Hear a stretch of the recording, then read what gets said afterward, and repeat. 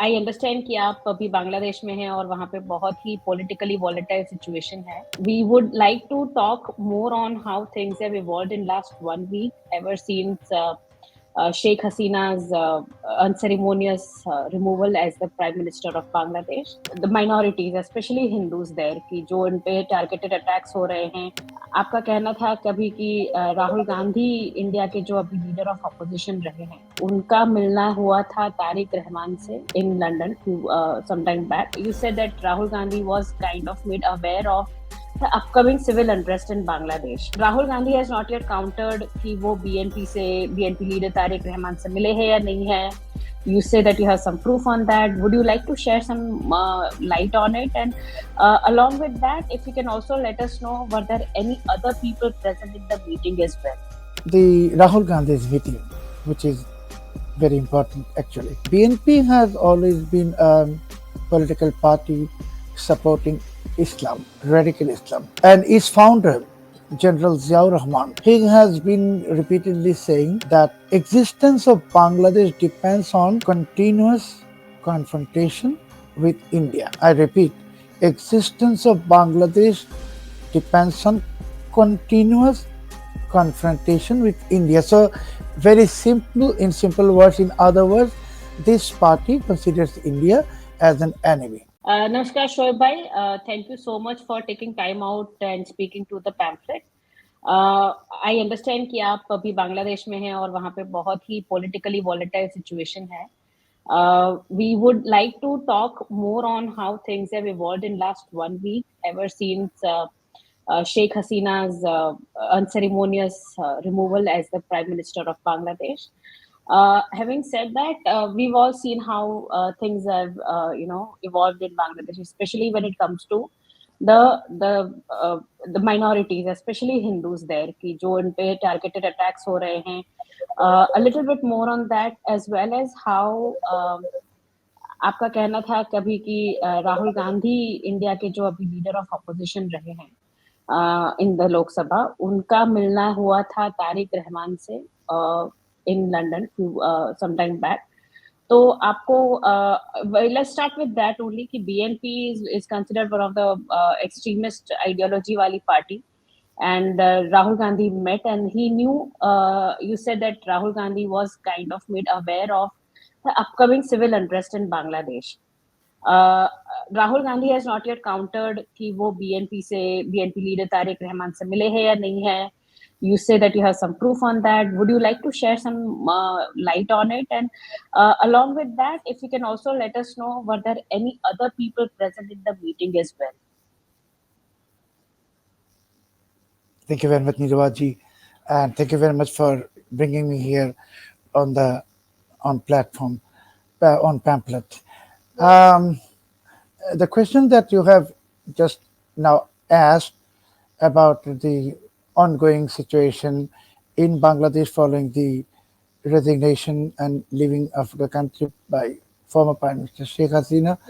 All of us, we know that what is happening here in Bangladesh, that a lot of anarchies, destructions, and then subsequently the attacks on religious minorities. I should not say religious minority, Hindus, because there was no reported attack on Christians or Buddhists or other religious groups in this country. So let's say it was an attack on Hindus. Until now, you know that only this morning the police has resumed to their duties after breaking their strike. So hopefully law and order situation may get a bit better following this deployment. On the Rahul Gandhi's meeting, which is very important actually. BNP has always been a political party supporting Islam, radical Islam, and its founder, General Ziaur Rahman, he has been repeatedly saying that existence of Bangladesh depends on continuous confrontation with India. I repeat, existence of Bangladesh depends on continuous confrontation with India. So, very simple, in simple words, in other words, this party considers India as an enemy. And why they consider India as an enemy? Because uh, although Zia Rahman, the military ruler, founder of BNP, he participated in the War of Independence, but uh, we should also remember that he has been vigorously trying to transform Bangladesh into not only an Islamist nation, but another form of Pakistan. And BNP has been in power from 1991 to 1996, again in 2001 to 2006. And during all those years, we have seen that BNP has been promoting a nationalist sentiment in this country. Hindus did not have any voice. They did not officially or openly say anything categorically against Hindus, but the whole administration, its attitude was like Hindus are second class citizens in this country. And also, they also treated Hindus as, I mean, they don't give value to anything and Hindu voice. Now, Awami League came to power in 2009, 2008 actually, through the December 2008 election, which was held under an army backed interim government. And more or less, that election was free and fair. So Awami League got a landslide victory, and very that moment PNP said this election is engineered. Engineered. BNP is has been saying that election must be held under neutral government.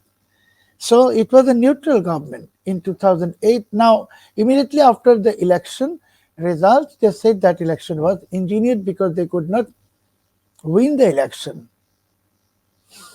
And subsequently, in also one thing, and I would like to draw your kind attention to that during the 2001 and 2006 rule of BNP, there was the rise of Jamaatul Mujahideen Bangladesh, Bangla Bhai, JMB, and radical Islamists, and also BNP ministers, not only leaders, ministers on record. They were extending patronization to those jihadis. So it was a kind of the state patronized rise of jihadism.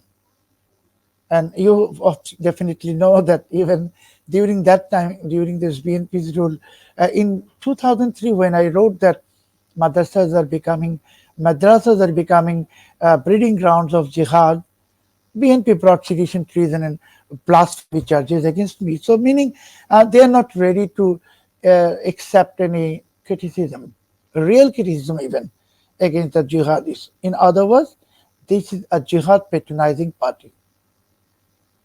Now, from 2009 and 2024, 5th of August, Awami League was in power. And Awami League was in power. Awami League, though, proclaim itself to be secularist, but its behavior, for example, it's mixing with Hifazat Islam, which is a pro-caliphate madrasa organization, and also it's too many steps, for example, too much wariness of the what is going on in Gaza, etc. So it also proves that Awami League may be using this secularist branding as his political tool. So anyway, Awami League BNP has been attempting to unseat Awami League from 2013. In 2013 to 2014, there were 4 months of anarchy and arson attacks in Bangladesh by BNP to unseat Awami League. They could not succeed. Then there were repeated attempts in 2023 until December 2023 by BNP to unseat this government, including some mass protests and distractions and etc. So when BNP was almost, how to say, now they were almost sure that there is no way of unseating Awami League, so they resorted to a new tactic, and that is, uh, you know that from 2022, Hunter Biden has been working as the lobbyist for BNP. So BNP now this time did not keep the things only into their hands. They went for international participation. Biden CIA and also Pakistani ISI. And for this massive plot, they definitely needed someone in India to extend his or her support, because BNP knew that without India's, I mean, from without support from any of the larger forces in India, political, doing something in Bangladesh may not be possible, because India is a partner as a member in Quad, and it has very strong defense agreement and arrangements with the United States. So I don't know how and when BNP communicated the Congress top leadership, that I am not aware. But several weeks ago, Mr. Rahul Gandhi, he visited India, London, UK, and he had secret meeting with Bangladesh Nationalist Party's acting chairman Tarique Rahman. Now, to for the information of the audience of Pamphlet, who is Tarique Rahman? Tariq Rahman faces lifetime imprisonment for his direct involvement in supplying weapons and explosives to Ulfa. 10 trucks loaded weapons and explosives were, uh, somehow it got busted in Bangladesh during BNP's rule. And then it was revealed later that Pakistani ISI, under the funding of ARY, it's a company in Pakistan, gold company, and also they have some other businesses, they were sending this weapon to Bangladesh. So initially, BNP tried to cover up this whole thing by putting the allegation up on a particular jihadist group. But jihadist group, please remember, when these weapons was confiscated, busted, at that time it was a BNP Jamaat coalition government. And this port, the port in a port where the weapons were found, that ministry belonged to Jamaat Islami's leader Matiur Rahman Nizami. So Tariq Rahman is definitely not a friend of the Indian people at all. Now people keep asking me why Rahul Gandhi should join his hands with BNP when Congress party also has a very long-standing relationship with Awami League, and also a kind of the family relationship with Sheikh Hasina, because Sheikh Hasina, even when she visited India, I think last month or previous month, she visited Sonia Gandhi and Rahul Gandhi at their residence, and also Pranab Mukherjee's family. But in politics, sometimes people sacrifice their family relationship and friendship, everything. For Rahul Gandhi actually changing Awami League government in Bangladesh was not the main agenda, because he knew that when this government will be toppled, Islamist forces will come to power. And these Islamic forces already have released a map of Bangladesh, as an extended map by enclosed, showing West Bengal and Seven Sister enclosed within. That Rahul Gandhi already knew. Rahul Gandhi wants to topple down Narendra Modi and the BJP government. And it was an acid test for him. Let's say it's a lab test. It's a lab test, political lab test, what is happening in Bangladesh.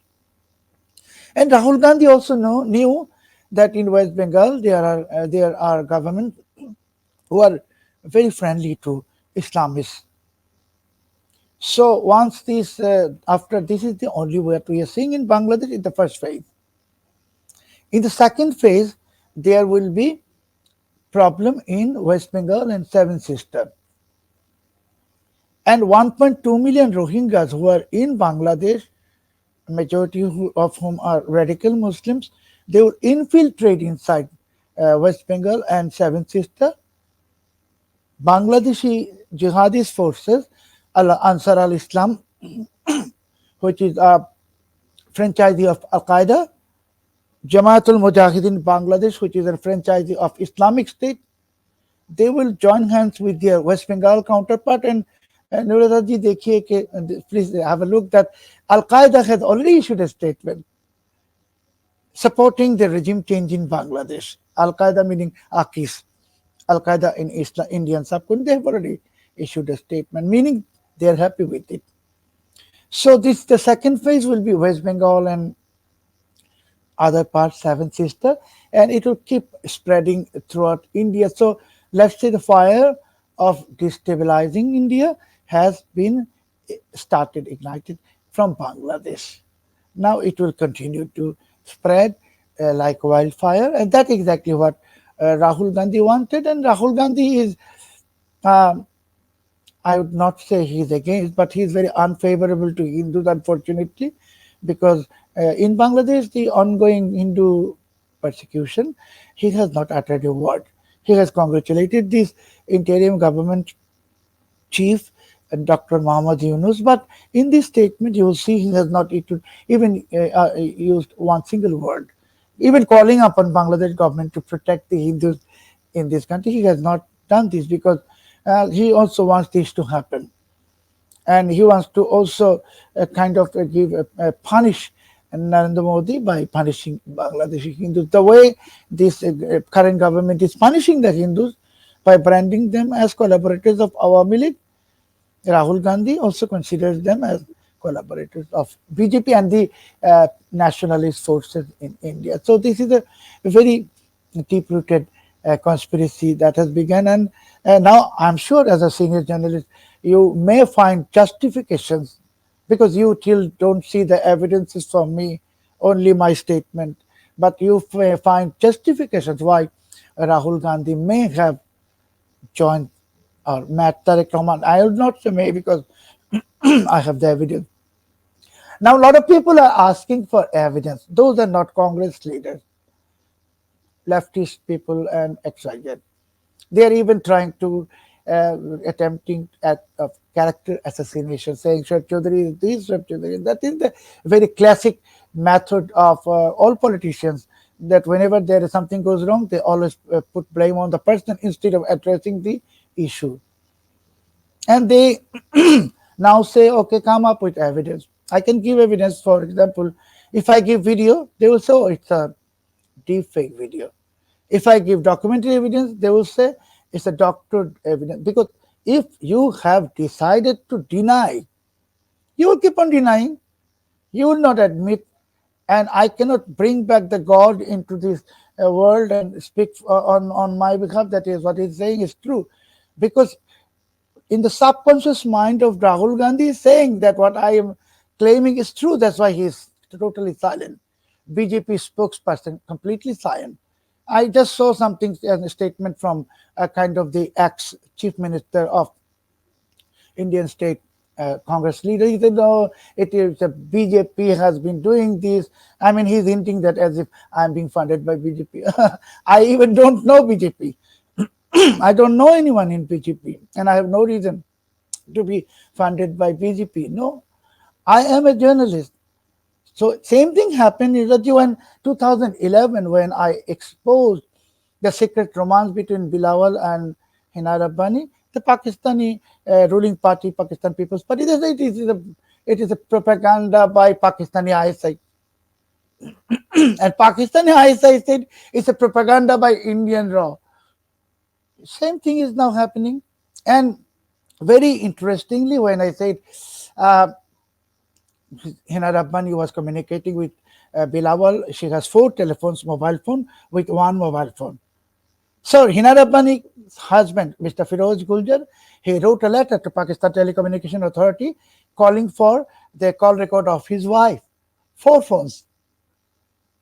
Meaning he also knew this true. Same thing is now happening with Rahul Gandhi. I would like to humbly call upon Rahul Gandhi. Please admit it, you met him. I know, and you also know you met. Tell him why you met. I'm saying you have given a great signal to the what is happening in Bangladesh. If you think it was something else, please admit to the people. Don't try to hide the truth, because hiding the truth will actually bring nothing good to you. Right, right. You mentioned about Rahul Gandhi speaking to Muhammad Yunus. Tariq He's Rahman. the Tariq Rahman. yeah. Tariq.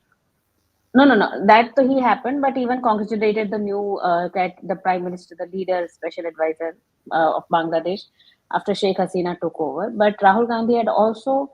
How do you think that the relationship between Muhammad Yunus and Rahul Gandhi is also? How do you see that relationship, considering during COVID lockdown also the two had talked very publicly, right?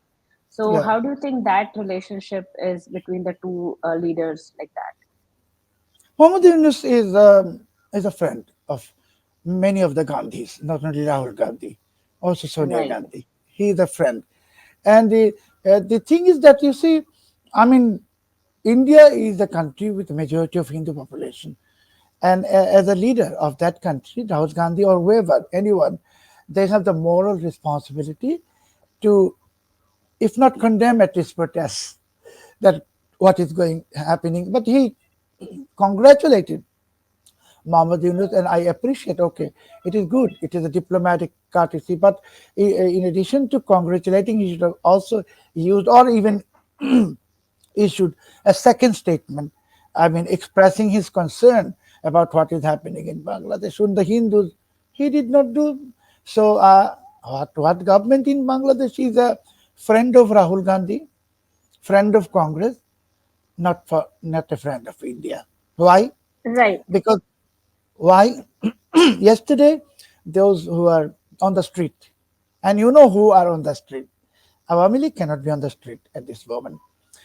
They are going shop to shop, company to company, calling upon don't buy Indian goods, don't employ Hindus. I repeat, don't buy Indian goods, don't employ Hindus. What message you get?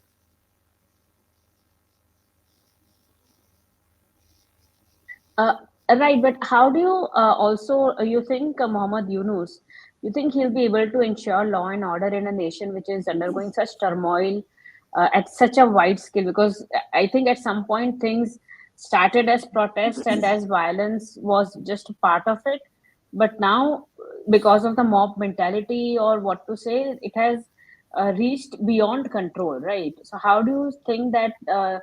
Muhammad Yunus would be able to control such a situation in the nation like Bangladesh. Mohammed Yunus is a major donor of Clinton Foundation, and he is a major receiver of George Soros Open Society's funds. So in this play, Mohammed Yunus is actually nothing. Mohammed Yunus is another Joe Biden. There are elements behind the screen, and it only depends what they want to happen in this country. So Mohammed Yunus is holding 27 ministries in his hand. 27. In my 37 years as journalist, I've never heard that a head of the government holding 27 ministries. So people keep asking me how he can manage. I said if physically and mentally unfit Joe Biden can run America, and then we all know who is running. No, Yunus can even handle 270 ministry. I don't see any problem. And about bringing the law and order into normalcy, I will only say that even today, one advisor of this interim government, he has issued a statement on Facebook calling on people to file cases against those involved in his word, terrorist activities. And he also termed them as terrorists, meaning anyone who belongs to Awami League. So when you consider your people, everyone in this country, or half of the people in this country, as terrorists. Do you expect normalcy very soon? Right. Do you think the radical elements of Bangladesh, they would be able to accept Muhammad Yunus as as the leader, and especially the students also? You think they would abide by what he has to say in coming days, coming weeks, rather? Mohammad Yunus has a political ambition. In 2007, he formed a political party, Nagarik Shakti, and he could not launch it because he did not receive much support. So, of course, Mr. Yunus has a political ambition, and he has a certain degree of charisma of managing people. If the students and protesters and Islamists, they consider that he can represent their interest, or they can use him. Actually, they are using him. I don't know even today that Yunus is not very much in control of everything. Instead, his advisors are more active. So, bringing law and order to normalcy depends on the sincerity of the government. So Right. While Professor Yunus called on people to to stop any kind of the anarchy and terrorism and attack, and instead of hatred and revenge, adopt the policy of peace and harmony. So his advisors are talking about revenge. So when chief advisor is talking about peace, not revenge, his advisor is talking about revenge, and the advisor is the person who represents those who have succeeded in this revolt. So if you are talking about revenge, revenge will continue, and in a nation where revenge continues, how we can expect peace? Right. Correct. You also said that Sheikh Hasina's son has said that his mother has not resigned as a prime minister, right? What do you think he meant by that? And if what he said is true, then how legitimate is the current government in that case in Bangladesh? Sajjad Joy is a very apolitical person, apolitical. What he says makes no sense because Sheikh Hasina has also admitted to an interview with Indian newspaper and that she has resigned. So definitely Sheikh Hasina has resigned. Sheikh Hasina never said she has not resigned. It is only coming from Sajid Wajid Joy. So Sajid Wajid Joy is not a matured political person at all. And during his mother's tenure for 15 and a half years, he was her advisor. He has not done anything remarkable or good, anything, nothing. So he, what he's saying, it makes no sense. Yes, Sheikh Hasina is no more in power. She is in India and hoping for taking asylum either in India or wherever that I don't know. So for Awami League now, that like the evating, turning around or turning the table overnight, it is impossible because as I said, that Awami League is also responsible for a lot of bad things in this country. Like they are mixing with the Islamists. Awami League was also behaving like Islamist party. They have done a lot of things for the Islamists.